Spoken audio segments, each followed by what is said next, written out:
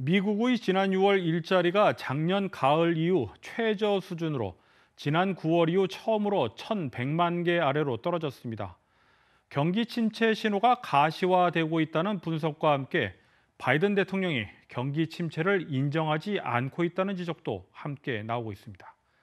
김상은 기자가 보도합니다. 연방노동부가 화요일 발표한 지난 6월 일자리 수는 약 1,070만 개, 1,130만 개였던 지난 5월과 비교하면 줄었습니다.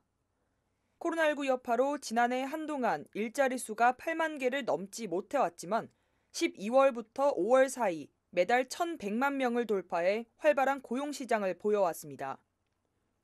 지난해 9월 이후 처음으로 고용시장이 둔화된 현상을 보이고 있는데 연방노동부는 월간 일자리 창출과 자발적 이직률이 소폭 감소했지만 6월 정리해고가 급격하게 늘었다고 보고했습니다.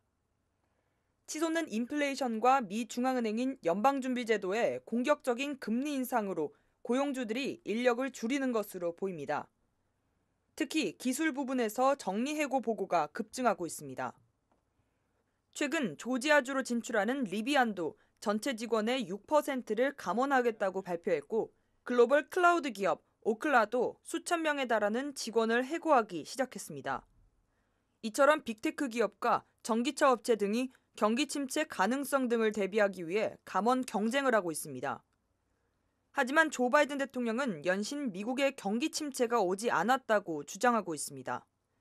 미국 경제가 2개분기 연속으로 마이너스 성장세를 보이고 있지만 인플레이션 완화 기조와 꾸준한 경기 회복세가 나타나고 있다고 평가한 겁니다.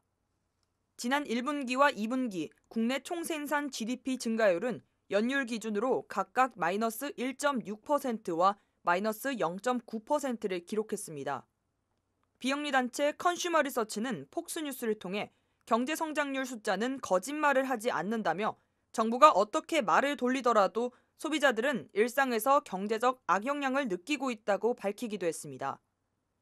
다만 현재 실업률이 약 50년 만에 최저치를 기록하고 있고 미국 내 생산 공장 가동 상황도 양호한 것으로 보아 아직 경기 침체라고 판단하기 어렵다는 평가도 나오고 있습니다. KTN 뉴스 김상은입니다.